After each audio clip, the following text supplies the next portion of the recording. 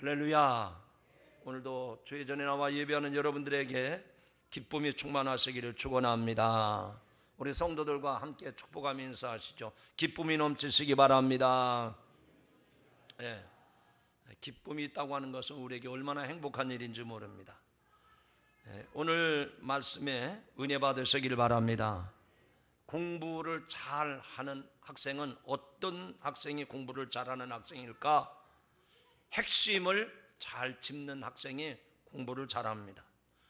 예를 들면 국어 공부 시간에 어떤 친구는 한 문장을 다 읽었는데 읽었어도 그게 무슨 뜻인지를 모르는 거예요. 아는 거라고는 흰 것은 종이고 검은 것은 글씨다, 이거밖에 모르는 거예요. 근데 공부를 잘하는 학생은 똑같이 본문 내용을 읽었는데 그 본문의 내용이 무엇인지를, 핵심이 무엇인지를 정확하게 파악하는 겁니다. 마치 쪽집게 뽑듯이 정확하게 그 내용의 핵심을 짚어내는 사람, 이런 학생이 공부를 잘하는 겁니다.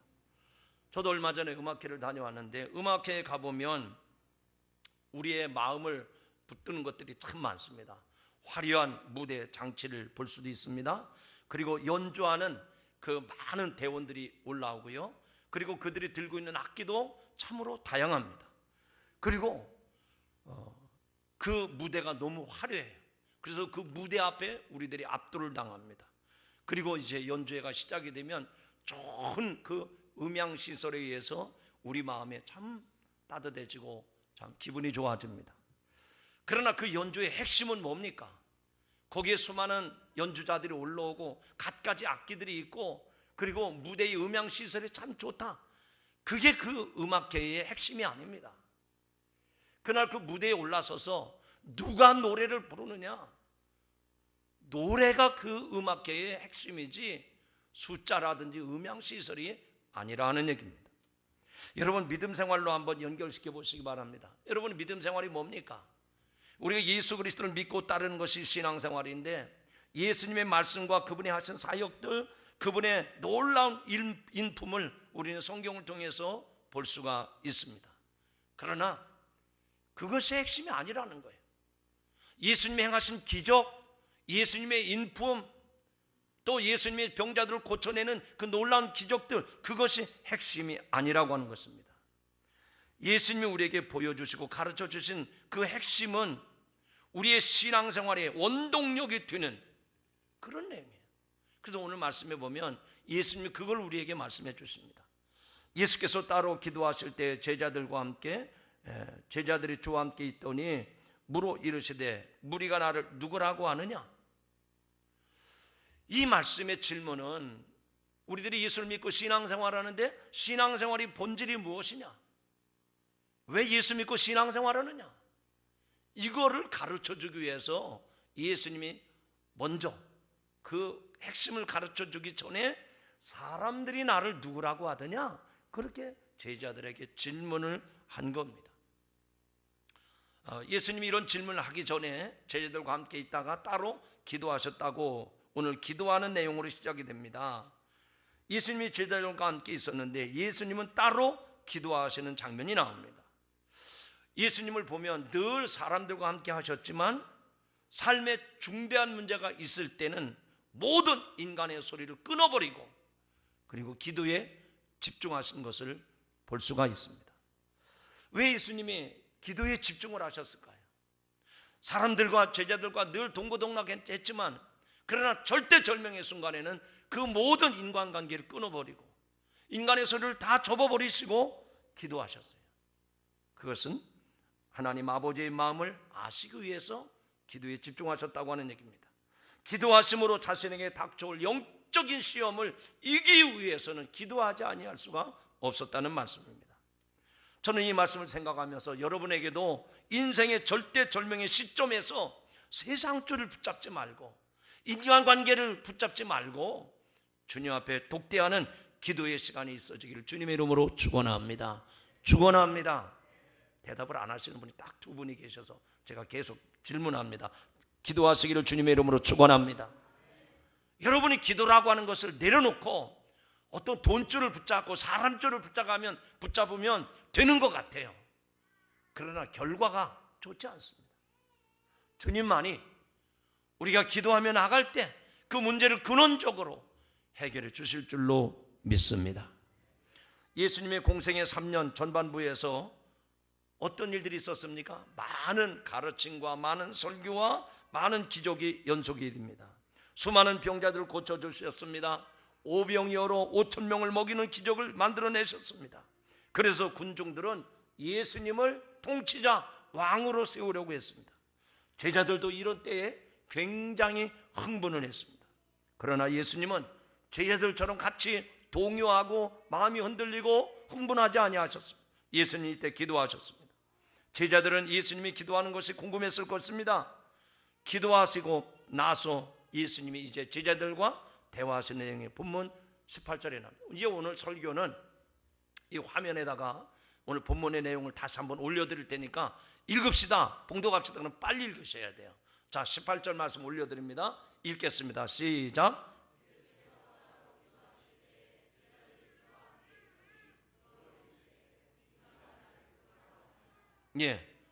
예수께서 따로 기도하실 때 제자들과 무리들과 함께 있었지만 그러나 중요한 순간에는 따로 기도하실 때에 제자들이 주와 함께 있더니 제자들에게 물어봅니다.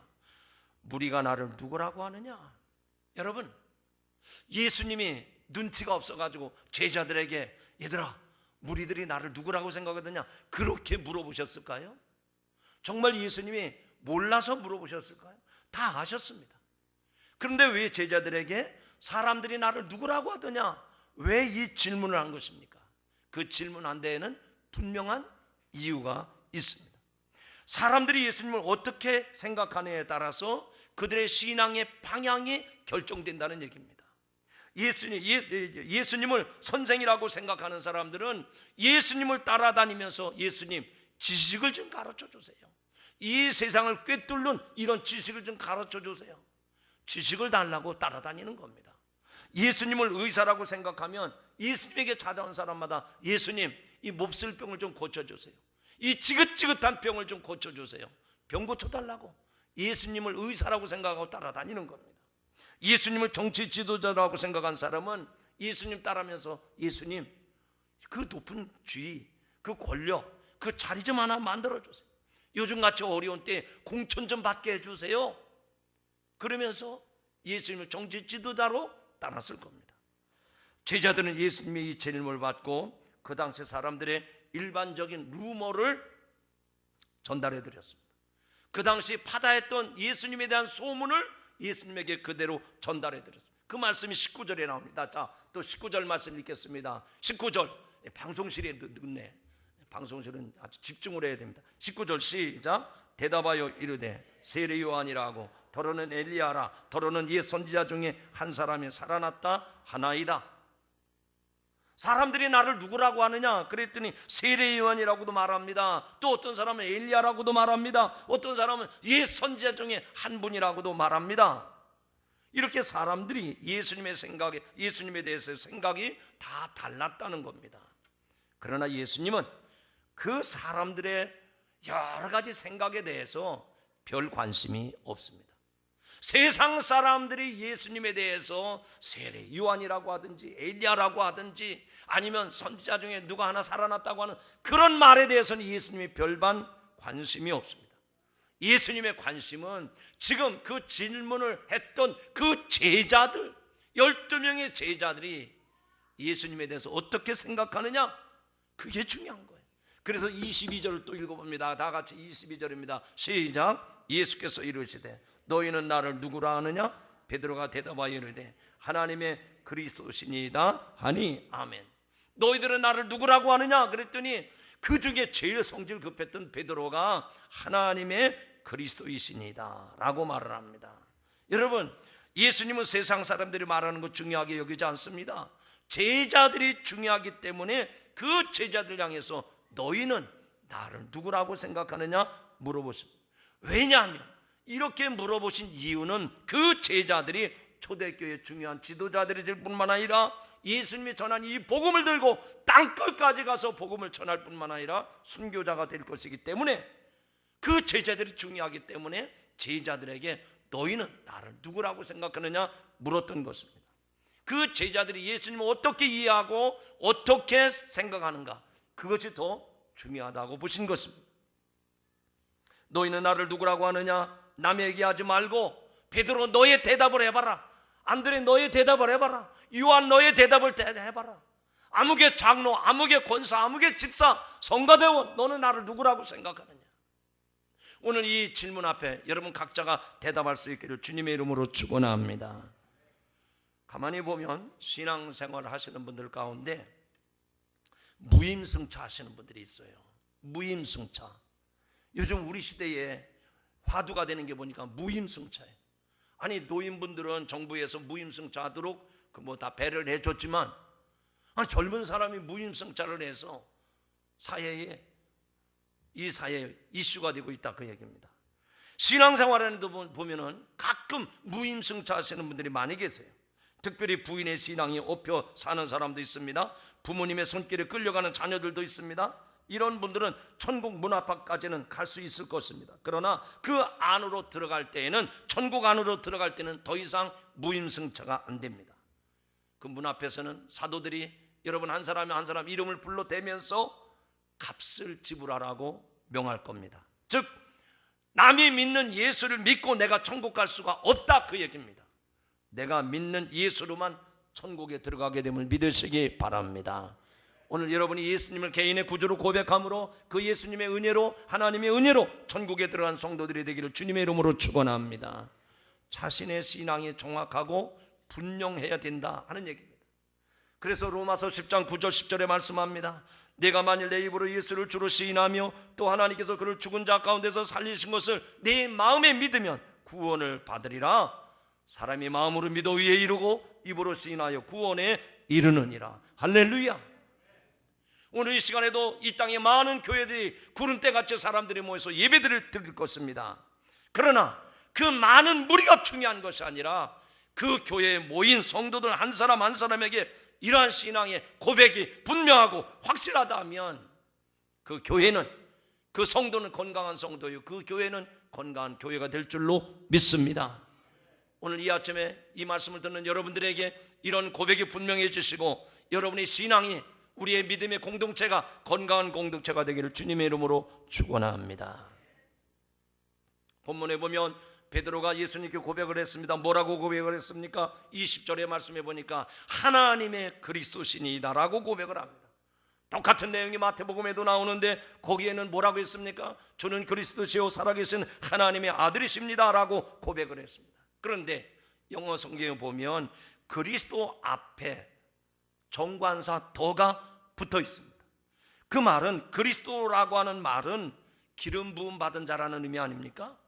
그러니까 구약 성경의 해석을 보면 구약 성경에서 기름 부음을 받을 때는 하나님의 특별한 뜻이 있어서 성별한 사람을 말합니다.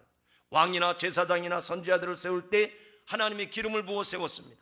그런데 그리스도는 구약시대에 나오는 많은 왕 중에 한 사람, 구약시대에 나오는 많은 예언자들이나 선지자들 중에 한 사람, 제사장 중에 한 사람이 아니라 그리스도 앞에 정관사 더가 붙었다고 하는 말은 유일하신 한 분, 오직 한 분이신 한 분, 그분이 우리 주 예수 그리스도이심을 믿으시기 바랍니다.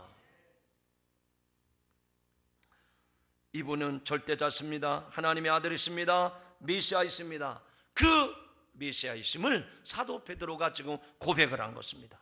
사실 이 사실을 깨닫고 고백하는 것은 보통 일이 아닙니다.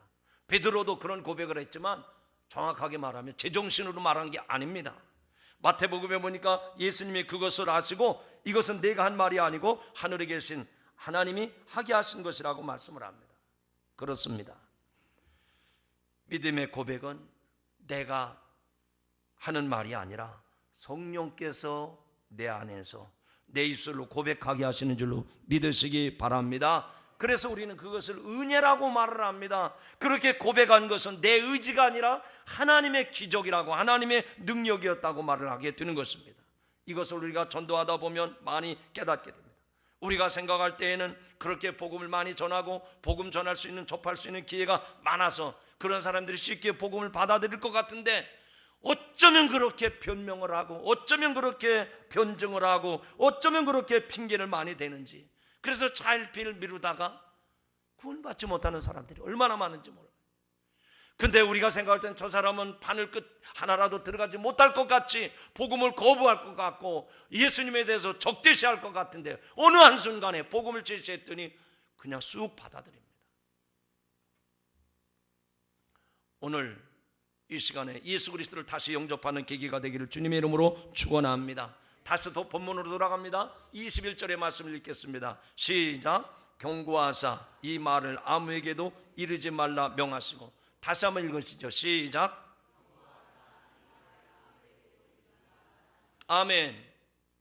자, 왜 예수님이 그 제자들에게, 예수님이야말로 메시아십니다, 예수님만이야말로 그리스도 있습니다, 그래서 자기들의 고백이 아니라 그 따르는 많은 무리들에게, 많은 군중들에게도 그 소식을 알려야 되는 것이 마땅할 것 같은데, 왜 예수님이 제자들에게 예수가 그리스도임을 전하지 말라고 왜 함구령을 내렸을까?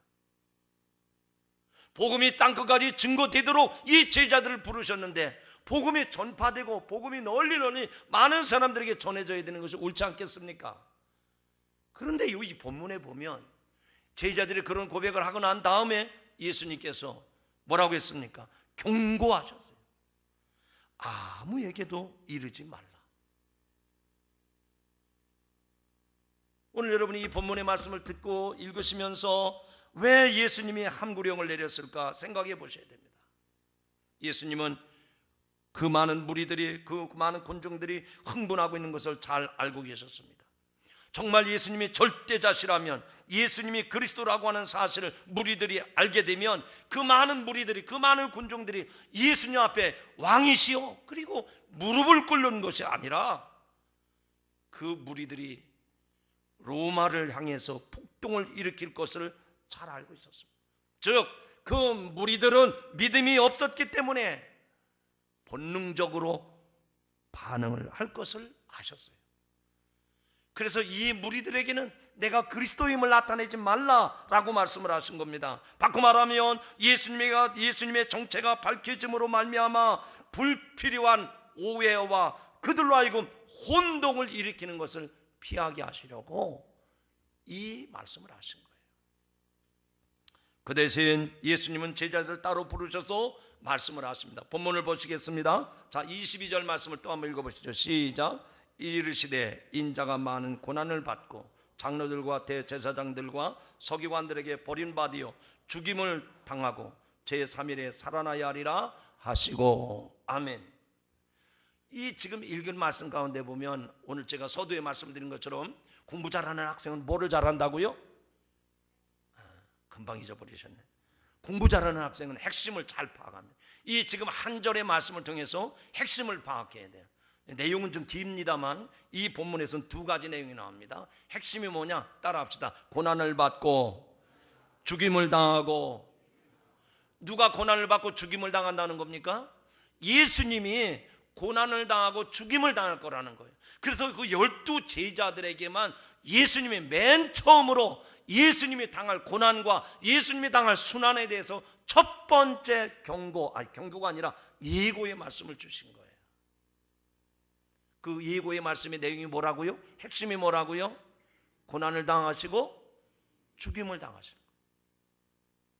지금 많은 무리들은 예수님이 통치자가 될 것이다, 그래서 이 로마 권력을 다 물리쳐낼 것이다, 우리는 그 나라의 주인공이 될 것, 주역이 될 것이다 기대하고 지금 막 흥분이 되어 있는 상태인데, 예수님이 함구령을 내리시면서 12 제자에게만큼은 예수님이 하고 싶은 말씀을 하신 거예요.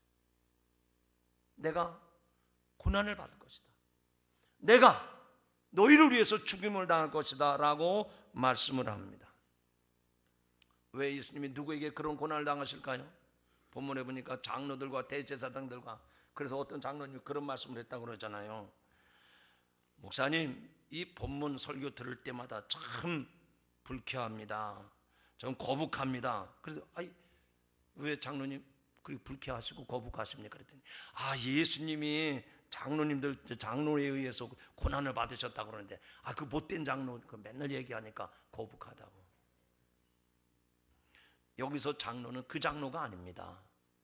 그 당시에 장로들은 사내들인 공회가 있었는데 그 공회의 지도자들입니다. 엘더라고 얘기하는데 그 교회 그 사내들인 공회의 어른들 같은 그런 사람들에게 예수님이 고난을 받으셨다는 거죠. 자, 이제 예수님은 제자들에게 핵심 사명을 가르쳐 주십니다.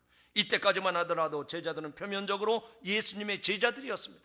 그래서 예수님을 세상적인 눈으로 보고 있었습니다. 예수님이 이 땅에 새로운 왕국을 건설하면 자기들도 새로운 주역이 될 것이라고 생각을 했습니다. 그래서 그들은 예수님을 이용해서 자기들도 이제는 성공할 수 있는 기회가 올 것이다, 출세할 수가 있을 것이다, 이런 것에 기대가 됐던 것입니다. 여러분, 우리가 이 부분을 생각해 봐야 됩니다. 우리들도 예수님을 이용해서 어떤 세상적인 성공을 이루려고 하면 그 순간 그 생각을 깨뜨리시기를 바랍니다. 예수님을 이용해서 성공해 보려고 하는 분들, 예수님을 이용해서 돈 좀 벌어보겠다고 하시는 분들, 예수님을 이용해서 내가 좀 출세 좀 해봐야 되겠다고 생각하시는 분들, 그런 생각을 깨뜨리시기 바랍니다. 예수 믿는 것은 예수님을 이용해서 성공하고 출세하고 돈 벌고 잘 되고 그게 아닙니다. 그건 잘못 생각하신 거예요. 정말 우리들의 이 시간 내 마음을 겸허하게 생각하면서 돌아보면서 나는 지금 예수를 왜 믿고 있는가? 예수님을 통해서 성공하려는 생각은 없는가? 예수님을 통해서 돈 벌려는 생각은 없는가? 예수님을 통해서 내가 좀 출세 좀 해보겠다는 그런 생각은 없는가? 그거는 여러분의 생각일지 모르지만 예수님은 그런 생각이 안중에 없어요. 그런 것 하려고 저와 여러분을 이 교회로 불러내신 분이 아니라는 얘기입니다. 앞서 말씀드렸죠. 좀 전에 읽었던 본문의 말씀의 핵심 구절은 고난을 받고 죽임을 당하고, 이것을 직역해 본다면 예수님이 왜 고난을 당해야 됩니까? 예수님이 왜 십자가에 죽어야 됩니까? 쉽게 말하면 그게 예수님의 운명이라는 거예요. 그게 하나님의 뜻이라는 겁니다. 하나님의 아들이셨지만 온 인류를 위해서 온 세상을 향해서 그들을 대신해서 예수님이 십자가에 당하시고 죽임을 당하시는 것이, 이것이 운명이었습니다. 즉 하나님의 섭리라는 얘기시죠. 예수님의 십자가의 죽음은 로마 권력에 의해서 무기력하게 당하는 죽음이 아니었습니다. 그 죽음은 분명한 하나님의 뜻이었고 하나님의 섭리였다는 얘기입니다. 바로 저와 여러분을 위한 예수님의 고난이었고 예수님의 죽음이었음을 기억하시기 바랍니다. 요한복음 10장 17절 18절에 보면 내가 내 목숨을 버리는 것은 그것을 내가 다시 얻기 위함이니 이로 말미암아 아버지께서 나를 사랑하시느니라. 이를 내게서 빼앗는 자가 있는 것이 아니라 내가 스스로 버리노라. 나는 버릴 권세도 있고 다시 얻을 권세도 있으니 이 계명은 내 아버지께서 받았노라 하시니라. 여러분, 이 말씀은 이런 뜻이 있습니다. 예수님이 로마를 무너뜨릴 힘이 있으심에도 불구하고 그 힘을 쓰시지 않겠다는 거예요. 로마의 정권, 로마의 그 권력을 다 무너뜨릴 수 있는 힘과 그 능력이 예수님에게 있지만 그 힘을 사용하지 않으시겠다는 겁니다. 정말 힘이 있는데 그 힘을 쓰지 않는 것은 굉장히 어려운 겁니다. 어디든지 그 힘을 써야 돼요. 근데 예수님은 그 힘을 쓰지 않겠다는 것 아닙니까? 지금 예수님 뭐를 않겠다고 그랬어요? 지금 몇 사람이 못 알아들었어요. 옆 사람한테 물어보세요. 시작. 예수님 뭐 하시겠다고요? 지금 비몽사몽간에 설교를 들은 사람은 예수님이 힘을 쓰겠다는 거면 그 설교가 아니잖아요. 지금 예수님은 힘이 있음에도 불구하고 그 힘을 안 쓰겠다는 거예요. 여러분, 우리가 살아가는 이 세상을 한번 눈여겨보십시오. 어떤 모양으로든지 자기의 힘을 과시합니다. 권력, 지력, 체력, 이거 다 과시하는 게 오늘 우리 세상의 판도 아닙니까? 근데 예수님은 그런 힘, 그런 능력이 다 있음에도 불구하고 그 힘을 발휘하지 않겠다는 거예요. 그 힘을 나타내지 않겠다는 겁니다. 그 힘을 드러내지 않겠다는 거예요. 왜 그랬습니까? 오늘 이 질문에 우리가 대답을 찾아야 됩니다. 예수님에게는 얼마든지 로마 권력을 뒤집을 수 있는 그 모든 그 철옹성 같은 그 벽을 무너뜨릴 수 있는데 그걸 안 하시겠다는 거예요. 왜 안 하시는 거죠? 이유는 하나님밖에 없습니다. 한마디 대답밖에 없습니다. 하나님의 뜻이었기 때문입니다. 그것은 우리를 사랑하는 유일한 길이었기 때문에, 우리를 사랑하시기 때문에 그 힘을 쓰시지 않겠다는 겁니다. 우리를 대속하는 유일한 길이었기 때문에 그 힘을 쓰시지 않겠다는 겁니다. 그 길 말고도 다른 방법이 있다면 하나님이 왜 그 길을, 그 방법을 안 쓰셨겠습니까? 분명히 그 길, 분명히 그 방법밖에는 다른 길이 없으셨기 때문에, 예수님이 힘을 발휘할 수 있음에도 불구하고 우리를 구원하기 위해서는, 우리를 대속하기 위해서는 그 길밖에 없기 때문에 그 힘을 쓰시지 않으셨다는 겁니다.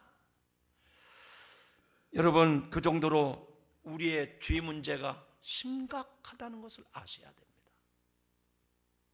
오직 하나님의 아들 예수 그리스도가 고난을 당하시고 십자가에 자기 몸을 타는 길 밖에는 우리의 죄를 사하고 우리를 대속할 길이 없기 때문에 주님이 그 길을 걸어가신 줄로 믿으시기 바랍니다. 우리를 억누르고 있는 이 죄 문제를 해결하는 길은 그 길밖에 없었어요. 자, 다시 본문으로 돌아갑니다. 23절의 말씀을 봉독합니다. 시작. 또 무리에게 이르시되 아무든지 나를 따라오거든 자기를 부인하고 날마다 제 십자가를 지고 나를 따를 것이니라. 아멘. 수많은 무리들을 향해서 하신 말씀이 아닙니다. 지금 예수님의 12 제자에게만 집중해서 하신 말씀입니다. 오늘 이 세상에 많은 사람들이 있지만 이 교회에 모여온 사랑하는 성도 여러분, 주님의 제자 되기를 원하시는 여러분에게 주님이 하신 말씀입니다. 나를 따라오려거든 자기를 부인하고 날마다 제 십자가를 지고 나를 따를 것이니라.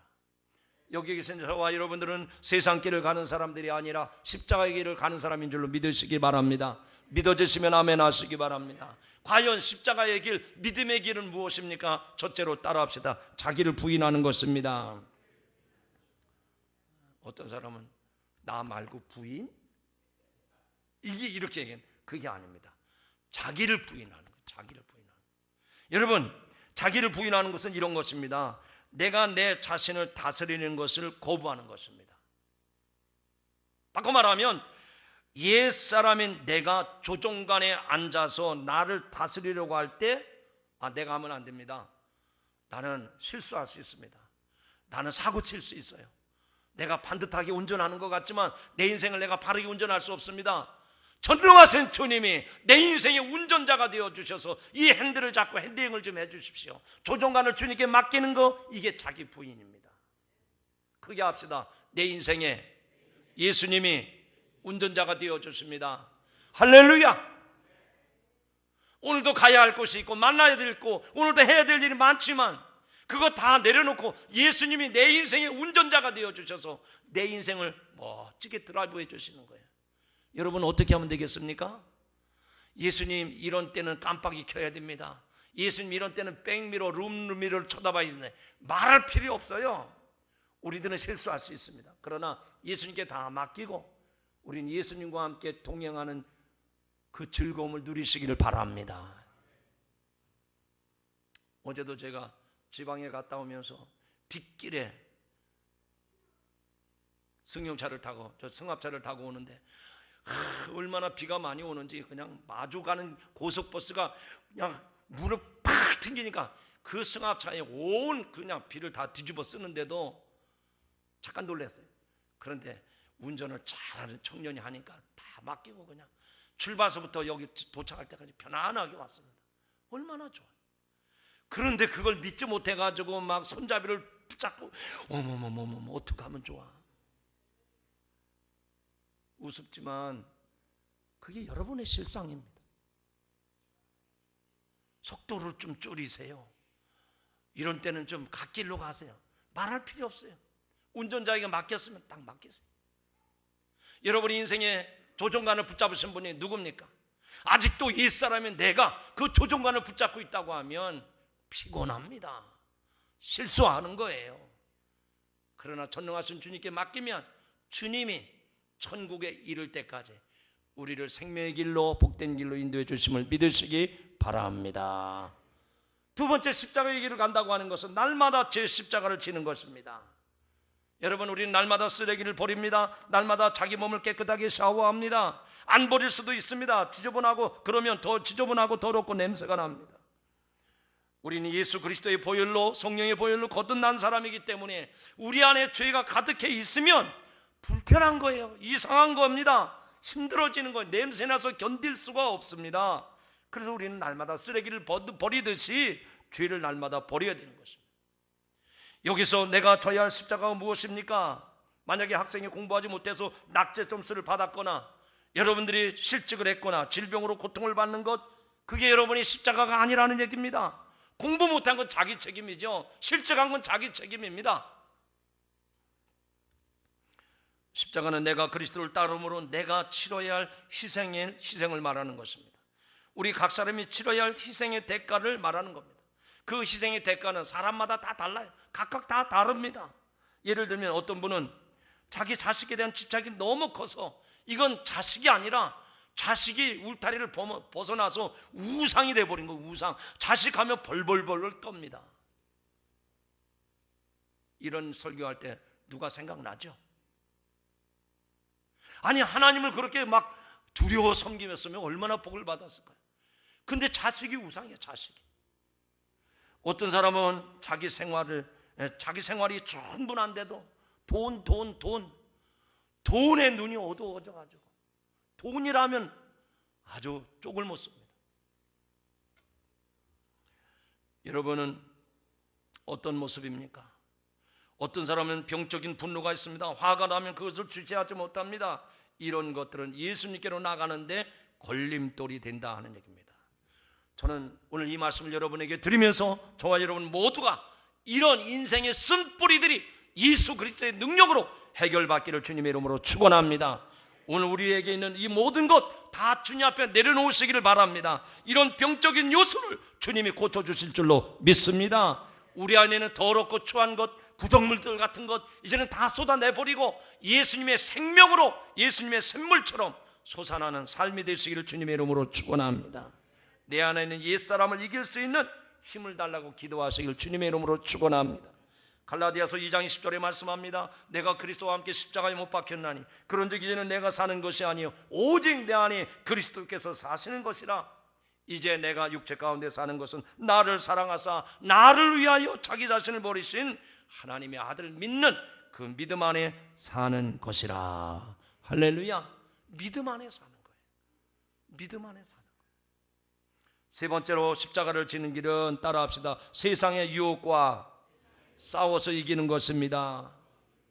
우리가 십자가의 길을 걸어간다고 하는 것은 세상과 적당하게 타협하고 세상과 동행하는 것이 아니라 그 세상 유혹과 싸워서 이겨내는 것, 이게 십자가의 길을 걷는 것이란 말이죠.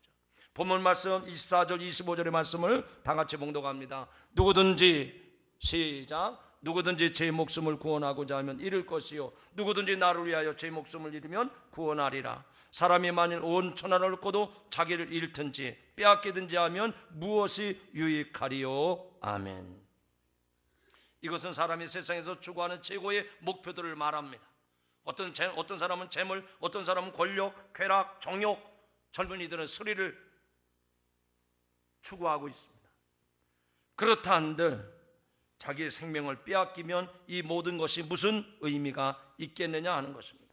마귀가 이런 것들을 우리 인생의 전부인 것처럼 우리를 속이고 우리를 유혹해서 우리 영혼을 망하게 하고 우리 영혼을 병들게 하고 우리 영혼을 지옥에 끌고 가는 것이 마귀의 유혹인 줄로 믿으시기를 바랍니다.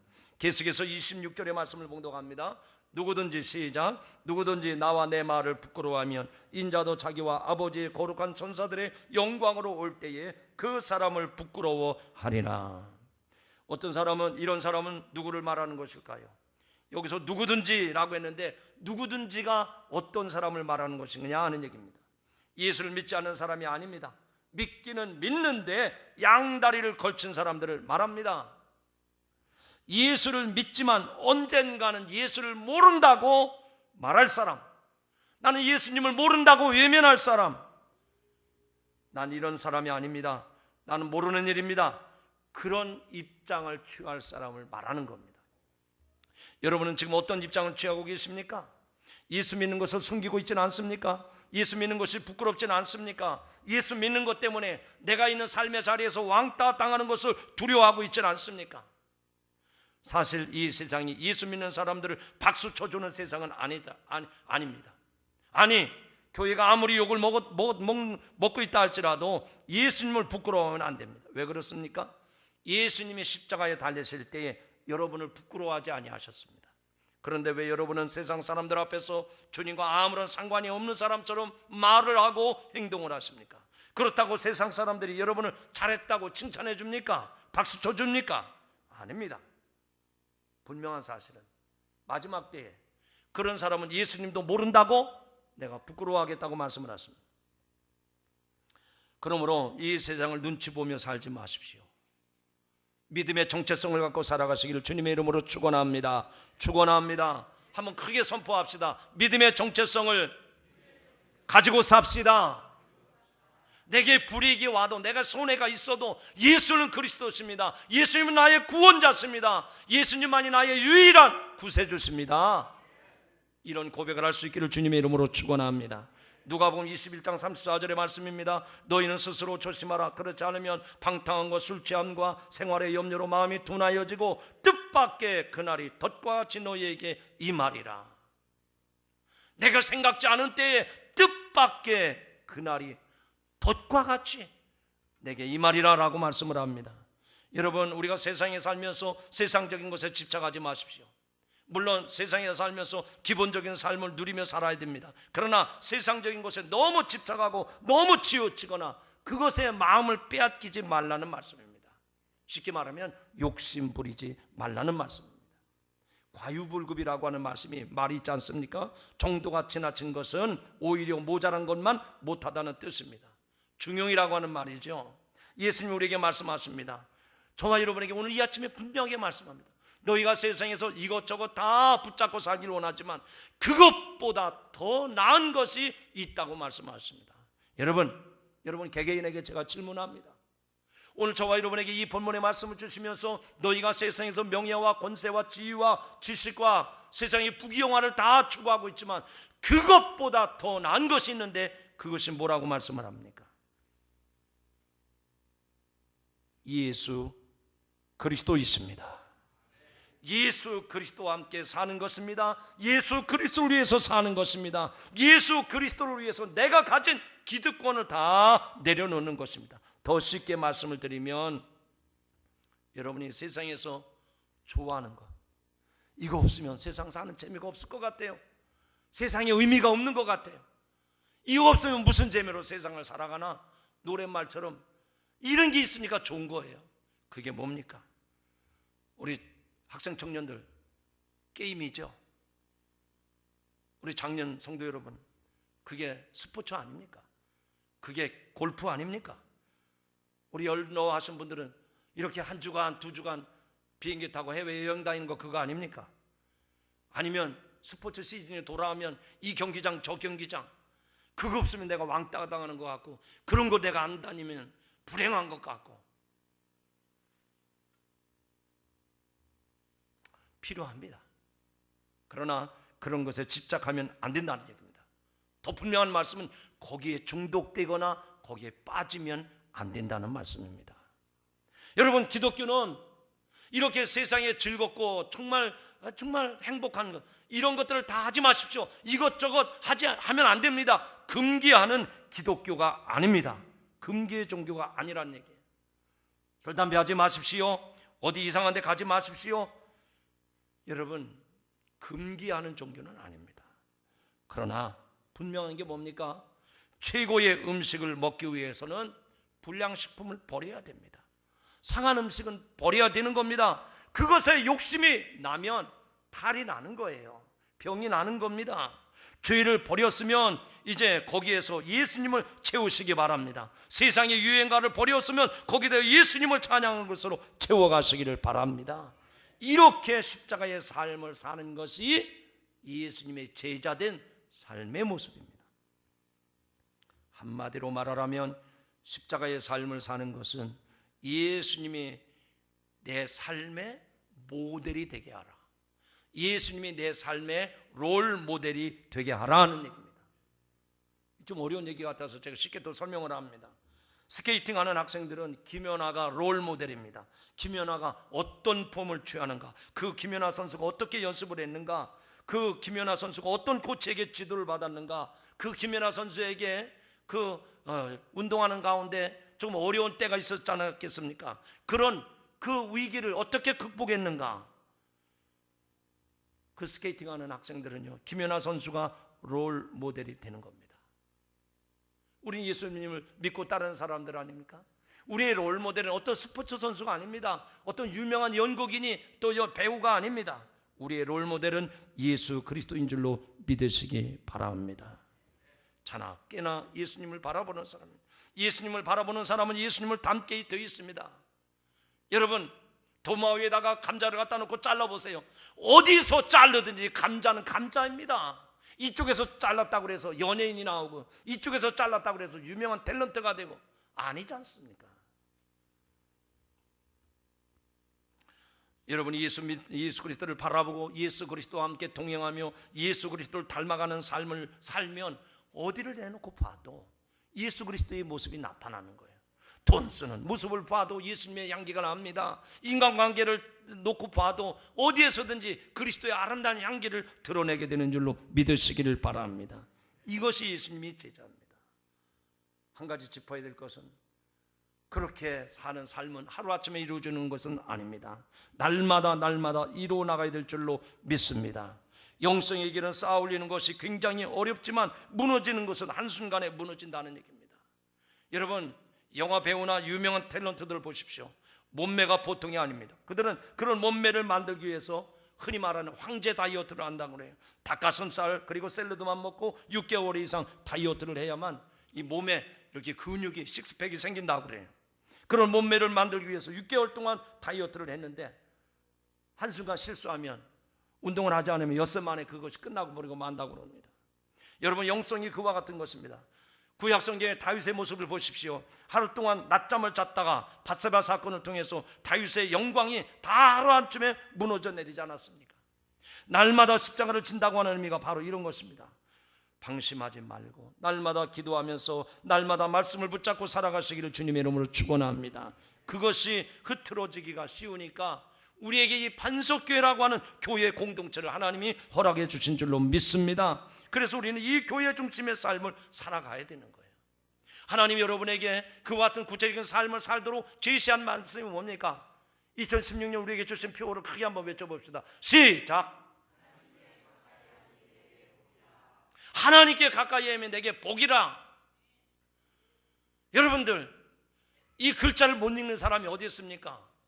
이 내용을 모르는 사람이 어디 있습니까? 글자도 알아요. 내용도 무엇인지 압니다. 그러나 글자가 중요한 게 아닙니다. 이 내용이 중요한 게 아니라 그렇게 내가 실제로 살아가느냐가 중요한 거란 말이죠.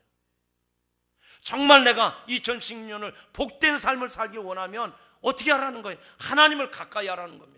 왜 여러분에게 이 교회라고 하는 공동체를 주셨습니까? 이 교회에 나와서 예배를 드리고 기도하면서 감사하면서 예배를 통해서 하나님께 가까워지라는 거예요. 여러분, 주야로 주의 전을 찾는 성도들이 되시기를 주님의 이름으로 축원합니다. 중심이 무너지면 다 무너지는 거예요. 여러분의 중심을 세우는 게 무엇이겠습니까? 예배 아닙니까? 내 삶을 중심을 반듯하게 세우는 게 뭡니까? 직장이 아니에요. 여러분의 공장이 아닙니다. 여러분의 학원이 아니에요. 교회가 내 중심입니다. 그래서 이 교회를 가까이 하는 것이 복된 길인 줄로 믿으시기를 바랍니다. 내가 세상에 살지만 내 삶의 중심이 이 교회 공동체인 것을 기억하시고 이 교회 공동체를 통해서 여러분의 복된 삶을 세워가시기를 주님의 이름으로 축원합니다. 이제 말씀 맺습니다. 오늘 본문을 통해서 예수님은 십자가 복음을 말씀하셨어요. 즉 십자가를 지고 나를 쫓으라고 말씀을 하십니다. 과연 이 십자가를 지고 주님을 따르는 것이 우리 개개인에게, 그리고 이 교회들이 무슨 의미가 있는 것일까요? 즉, 이 십자가 복음만이 우리 개개인의 삶의 원동력이 될 뿐만 아니라 이 교회가 주님 오시는 그날까지 든든히 세워갈 수 있는 기초가 됨을 믿으시기 바랍니다. 더 쉽게 말씀을 드리면 성도가 성도답게 되는 것, 교회가 교회답게 되는 것, 이것이 십자가 복음을 따라가는 삶인 줄로 믿습니다. 날마다 자기를 부인하고 제 십자가를 지고 주님을 따라가는 것이 교회가 교회되는 일이요 성도가 성도다워지는 일인 줄로 믿습니다. 그런 십자가 복음으로 우리의 삶이 온전히 세워지기를 주 예수의 이름으로 축원합니다.